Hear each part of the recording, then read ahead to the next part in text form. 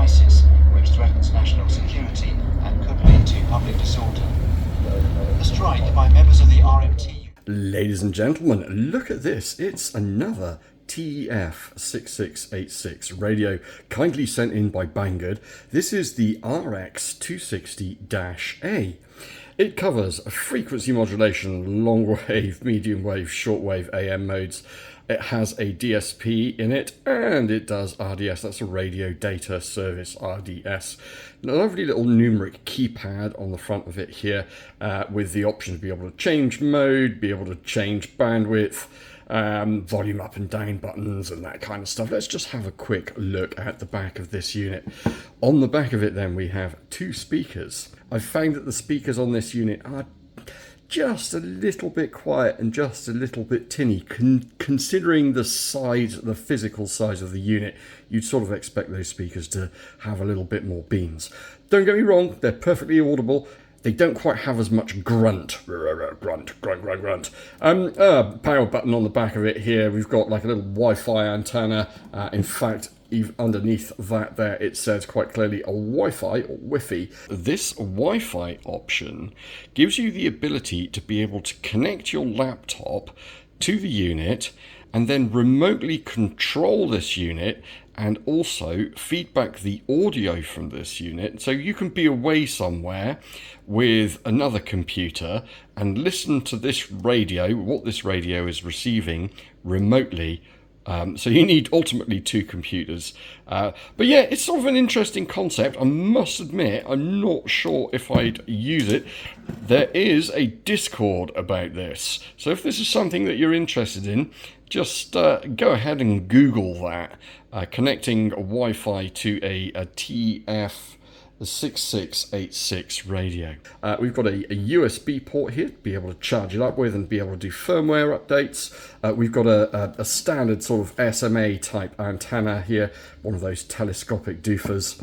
And we have a headphones jack on the back of it, 1/8 inch left and right speaker. We also have, which is quite interesting to see, two phono jacks on it as well. And that's for audio out left and right. So the frequencies that this covers on shortwave, from 1.7 megahertz to 27 megahertz. Sadly, it doesn't do single sideband.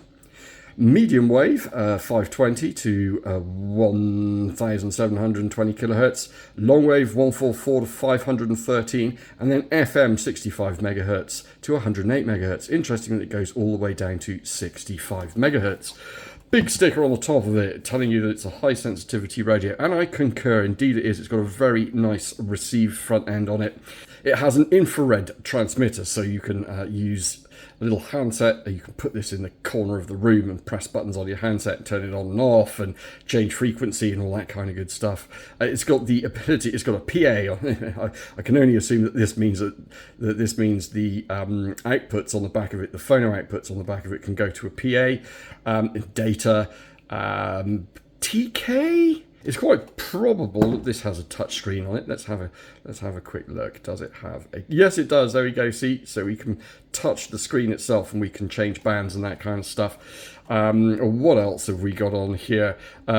Headphones EP, interesting. An internal lithium-ion battery, menus, clock, and Wi-Fi. But yes, indeed. So 2.8 inch TFT color screen and a remote control with a 10 meter range on it and a digital keyboard. It means the digital keypad on the front of it here. Let's just flick through the modes here. So we've got medium wave, we've got short wave, 160 meters, and we have the FM band there as well. So let's go long wave. Well, actually, I'll tell you what, let's go into the ham bands. I always like the ham bands. Let's go into short wave then, 160 meters.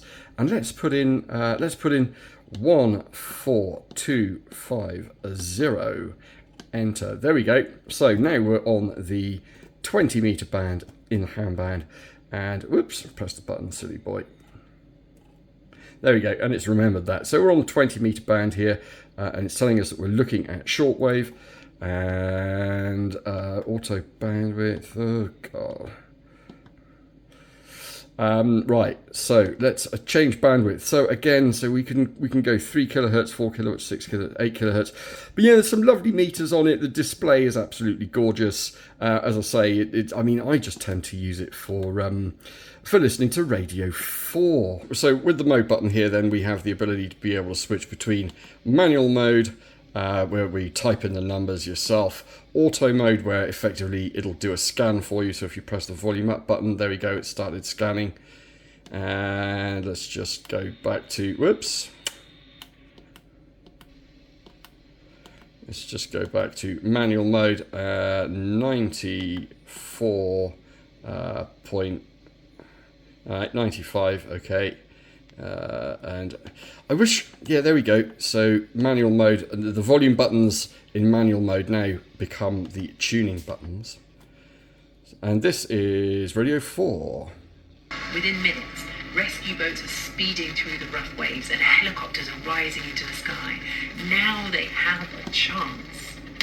Anyway, yeah, really quite a nice little radio. Certainly works beautifully on FM and long wave, medium wave, short wave. Again, all AM, sadly, no single sideband, but that's just a function of the TEF6686 style receiver that's built into this thing. So all in all, folks, not a bad radio at all. Do like the display on it, do like the controls on it, do wish it had single sideband. Also wish that those speakers just had a little bit more beans to them. But other than that, this is quite a nice radio. Well, thank you very much for sending it in, BangGood. Don't forget, folks, thumbs up, subscribe. We'll see you in the next video. Cheers and beers. Bye for now. BBC News at 10 o'clock.